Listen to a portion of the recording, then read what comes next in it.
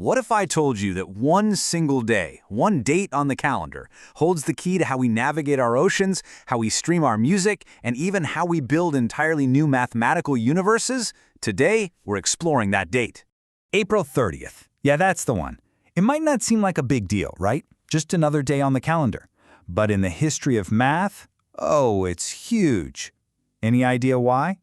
Well, it's because on this exact same date, just in different centuries, in totally different parts of the world, three incredible minds either entered the world or left it.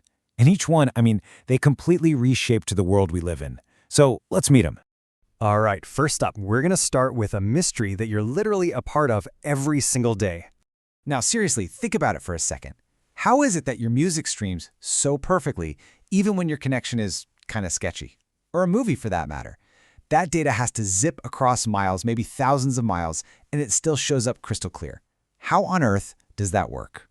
Well, the answer, believe it or not, takes us all the way back to April 30th, 1916. And it's all thanks to one guy, Claude E. Shannon. He's the one who cracked the code. So Shannon's genius was that he saw past all the complicated stuff, the wires, the radio waves. He had this incredible insight. Any information, a picture, a song, your voice, could be boiled down to a universal language, just a simple stream of ones and zeros. And he called that fundamental little piece of information a bit. That simple idea, it's the absolute foundation of our entire digital world. Every single text, every phone call, every video you're watching right now, it all comes back to that. Just let that sink in. One guy, one elegant idea, the bit, and boom, the whole communications revolution is born. It literally changed everything.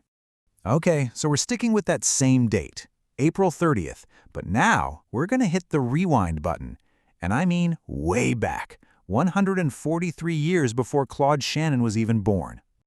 All right, so there's Shannon on our timeline. Now, let's add our next name from a completely different time.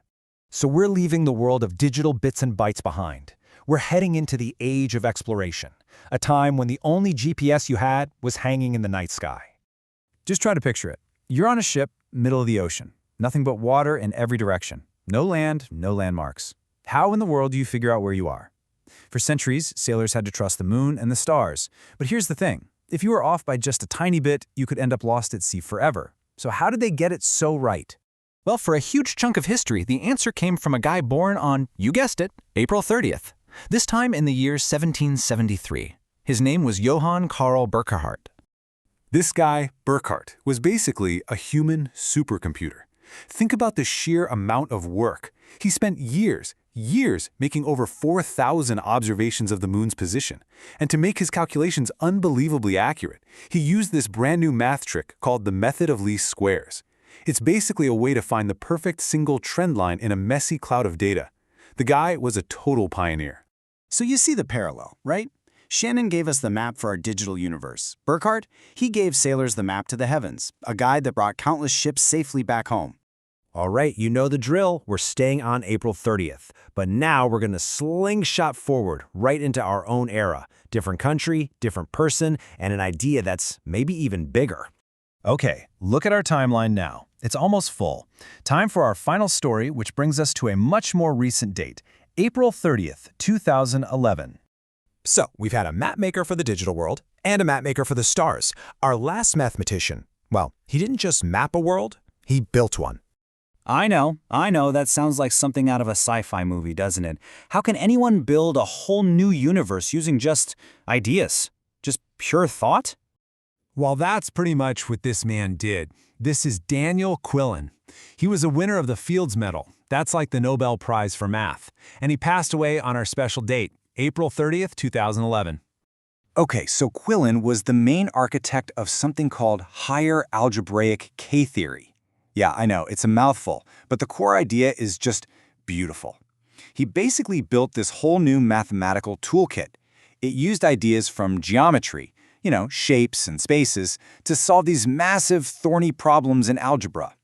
His work was so out there, so original, that his peers said reading it was like landing on a new and friendly mathematical planet. How cool is that? And that's the lesson here, isn't it?